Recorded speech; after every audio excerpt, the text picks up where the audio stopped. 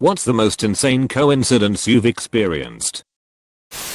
I was once mugged by 4 guys on one of the main shopping streets of Nairobi, Kenya. One of the guys had me in a chokehold, and just before I was about to pass out, they dropped me and ran. At the time I didn't know why. 12 months later, sitting on a beach on an island in Thailand, I meet a British couple who did business in Kenya and we start to talk about how dangerous it was getting for foreigners. They described an incident the year before of turning a corner and seeing a white guy being mugged, and a shopkeeper rescued him by hitting one of them over the head with a bat. They were in the same street, on the same day, at the exact same time I was there. It was me who they witnessed being mugged. What are the odds of randomly meeting up on a beach in Thailand a year later? What's even crazier is that you met them and happened to have this conversation. Makes me wonder how many times you run into people in this way, but don't have the conversation, so you never realize. Whoa. I could be meeting people who saw me get mugged all the time. I live in Australia and I have for almost my whole life, but I was born in Dubai. Every weekend in Dubai my mum would take me to the Hilton Beach Club and sit me in front of the pastry chef and eat. We moved away from Dubai really early on, so I don't even remember much. Fast forward to 17 years of age, a new kid at school had just moved from a nearby town. We became friends and we both loved cricket, and we practiced a lot together. My dad and I were giving him a lift home after we were practicing and dad asks, "Where were you born?" And he says Dubai. And the conversation continues, and I say I was too, etc. Then he says, "My parents used to be the pastry chefs at the Hilton Beach Club." And this blew me away. Here we were 16 years later, halfway across the world, and every weekend I sat in front of his parents and ate what they made for me. To this day I still get goosebumps thinking about it. I mean, what are the chances? Awesome story. Those pastry shops were so good. I'd always eat the strawberry tarts, and they were so delicious. My biggest coincidence story has a bit of Dubai in it too, though not as crazy as yours. I lived in Dubai for 2 years, and then moved back to Canada. 5 years later in university dorms, one of my friends from the school I went to in Dubai ended up also choosing this university, was placed in my residence house, and same floor and even the same hall, only a few doors down. A few years ago I into a cab heading out for the evening in downtown Toronto. Shortly after being dropped off I realized I left my phone in the cab. I tried calling it with no luck. I called the cab company, but because I had flagged the cab and paid cash they had no real way of knowing which cab I was in. I figured the phone was as good as gone and went about my night. Many hours later, and having moved around the city quite a bit, I'm ready to call it a night, so flag another cab. Sitting in the back seat I start to think the driver looks familiar and realize that I'm in the same cab I took earlier. He hasn't found a phone, but I start looking anyways and sure enough there it is, jammed in the seat. Me and my flip phone were happily reunited, only for me to put it in a washing machine 2 days later. I have a similar story. I was going to a My Chemical Romance and Blink 182 concert back in college. I went with a couple friends, and we got a hotel nearby Jiffy Lube in order to get plastered. I got some Wendy's on the way to the concert to eat in the parking lot beforehand, but left it in the taxi. I was drunkenly devastated. After the concert we hail a cab and I get in, feel a brown paper bag at my feet and look down. That beautiful ginger on the bag was smiling up at my inebriated eyes as if to say, "I knew you'd come back." And yes, of course I ate it. An American friend of mine by the name of Tom took his family on vacation to check out Antarctica. He met an Australian guy named Paul on Christmas Day in Antarctica. They didn't exchange contact info. A year later, Christmas Day, they take their vacation to Machu Picchu. He is looking down at a map when he hears, "Hey Tom, how the hell are you?" It was Paul, taking his family on their annual trip as well. That's just next level stalking. Machu Picchu. Never could explain this payphone incident. Saturday night out with friends. We decide to call my friend Al to see if he wants to join us. This was in England long before mobile phones, so we had to use one of the iconic red phone booths. Someone was already using it, so we had to wait a few minutes. Guy leaves and we cram in the booth. Now, in those days, in order to make a call you would first get a dial tone, then call the number.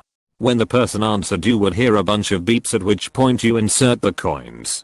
So I pick up the phone, but hear no dial tone. I hang the phone up and try again. Still no dial tone.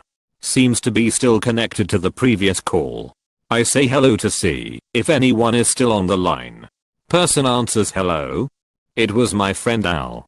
He had just picked up his phone to make a call, and somehow, miraculously, without even dialing his number, we were connected. We all went to the pub after and tried to figure out how the hell this happened, but it remains a mystery. If I did not have my friends with me at the time as witnesses, I would have believed it was my mind playing tricks on me. This is when you start believing the Truman Show is about you. In 2004 I was 18 and on a 3-week tour of Europe. I was at THR Louvre and had just experienced the clusterfuck that was the Mona Lisa exhibit. After looking at it for 2 minutes I started to wander around aimlessly. As I was walking an older couple asked if I knew how to get to the Mona Lisa exhibit. I told them yes, and because I'm horrible with directions, I'd be happy to walk them there myself. They were really nice and very appreciative that I was taking time to help them. They asked me where I was from, US and Nashville, but I mentioned my parents were immigrants from Italy. They told me they were from Portugal on anniversary. We talked a bit more, told them my name and they were really excited about, since I shared the same name as their grandchild. Anyways, we get to the exhibit and I go to part ways and shake their hands, but get pulled in for 2 massive hugs and a kiss on the cheek. They give me their address and say anytime I'm in Portugal to stop by and I'll have a place to stay and eat. We take a group photo and leave. 7 years later I'm in Munich for Oktoberfest. I'm standing outside my hotel waiting for my friends when an older couple ask if I know how to get to the fairgrounds. Again, I'm speep with directions. So since I'm headed there I tell them they can just follow me and my friends. Again we start talking about where we are all from. Now, I have a memory like an elephant and once they mention they're from Portugal I start to think maybe these are the same people. I ask them if they have grandkids, and they say they have 6. I ask if one of their names is Historiopherman. They look at each other sort of surprised and say yes. They ask how do I know that, and tell them that I had met them 7 years prior in Paris at the Louvre. The old lady gets really happy and starts crying and starts to hug me. They say they remembered me now and asked why I never came to visit. That they had our picture in a frame on their wall and always wondered what happened to the nice American boy. We spent the next 3 hours drinking beers and catching up.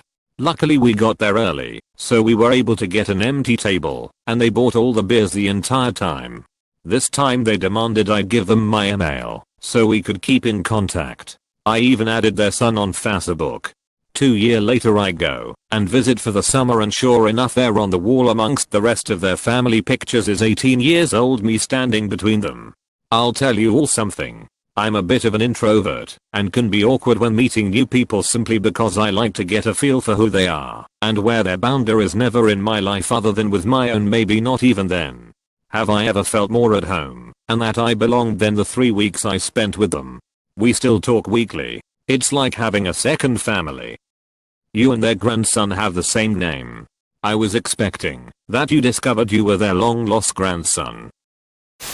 In high school, my friend set me up with her boyfriend's cousin. Let's call him Jack. Jack and I were walking around an amusement park and started talking about recent family spring break vacations. Turns out, both Jack and I had been in Las Vegas during the same week. We stayed at the same hotel. The conversation changed subjects when Jack stopped in the middle of the sidewalk and said, "I saw you in Las Vegas." I thought he was full of crap. There's no way he would remember some random girl among the thousands of people there. He told me the exact place he saw me, and that my sister and I were posing for a photo. We got back to my house and found the picture. There were Jack and his brother in the background. You are extremely memorable, or his memory is autistic genius status. When I was in grade 2, our family moved from Manitoba to Arizona for a year due to a contract my dad was working. We rented out the house fully furnished for the year. While in Arizona, we flew to Alberta one weekend. On the flight from Arizona to Alberta, I sat beside a boy my age and we started talking. It went something like this. Me. What city are you from? Him. Winnipeg. Me too. Me. What school do you go to? Him. School name. Me. Cool. I used to go there too. Me. What street do you live on? Him. Street name. Me. I lived on that street. It turns out, his family was renting our house while we were gone. So I was sitting beside the boy who was sleeping in my bed while we were in Arizona. When I was 13, I was on a family holiday in Venice. We were on a gondola Venetian punt boat touring the waterways of the city. We got halfway down a long passageway, and another gondola passes us by, carrying a man and a woman and the punter. The man and my dad lock eyes, exclaim one another's name, and have a quick handshake as our gondolas pass. Myself, brother and mother sit quietly, pretty stunned, while the woman on the other boat explodes with what? Who's that? How do you know him? We floated off in the other direction, comparatively swag and chill. Turns out it was a guy my dad went to university with, and hadn't seen him since. They haven't even contacted one another since. It's crazy they recognized one another, considering they were both in their late 40s now, passing fleetingly on two gondolas, in Venice. They were like two ships passing in the night. Here 1 minute, gondola the next. About 10 years ago I tried to get into Six Flags with a tiny keychain Swiss Army knife. It literally had a dull one blade. They told me I could either throw it away, take it to my car a mile away, or enter locker for like $10. So I decided to hide it in the planter. I looked down and saw a big piece of bark laying in the dirt and figured it would be a good hiding place. I picked it up and found another peeping mini Swiss Army knife. I placed mine next to the first and went into the park. When I returned, the other knife was gone and a smiley face was etched into the dirt in its place. Damn. This happened to me, except it was at Busch Gardens and more like 13 years ago. For a second there I thought we might have been knife buddies. Almost a coincidence on a thread about coincidences. That would have been cool.